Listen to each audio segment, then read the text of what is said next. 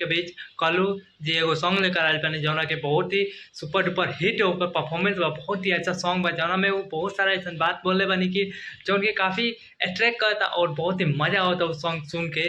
तो चलिए जाने जाओ कौन सॉन्ग है, कौन वो बात बोले बनी, कौन उमें एड कैले बनी ऐसा चीज़ की जौना से सुन के बहुत ही मज़ा आता। अभिनेता नेता सब जोड़ले बनी उस सॉन्ग में। तो चलिए जाने जाओ कौन सॉन्ग है। सॉन्ग के नाम है सुना साली। बहुत ही सुपर डुपर हिट होली के सॉन्ग है ई और ई बहुत ही मजा आवे वाला बा इस सॉन्ग सुन के। तो चलिए जाने खाली बोल पर मत जाइए लोग, सॉन्ग में भीतर कौन बहुत चीज ऐसा छुपल बा जौना से बहुत मजा आवे वाला बा।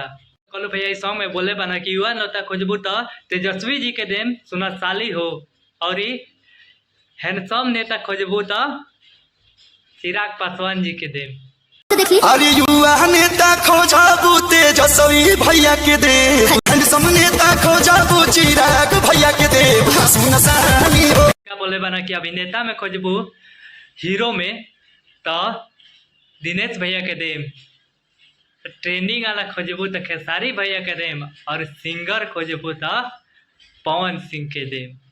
तो बहुत ही मजा आवे वाला भाई सॉन्ग सुन के।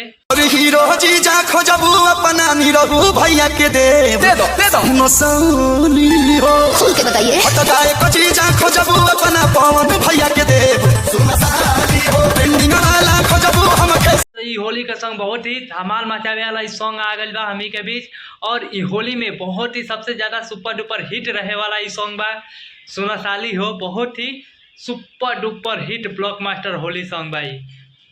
तो वीडियो अच्छा लगा हो तो वीडियो के लाइक कर लो, सब्सक्राइब कर लो चैनल के, और ज़्यादा से ज़्यादा कमेंट कर लो ताकि हम आप सभी के बीच ऐसा ही वीडियो लावत हैं।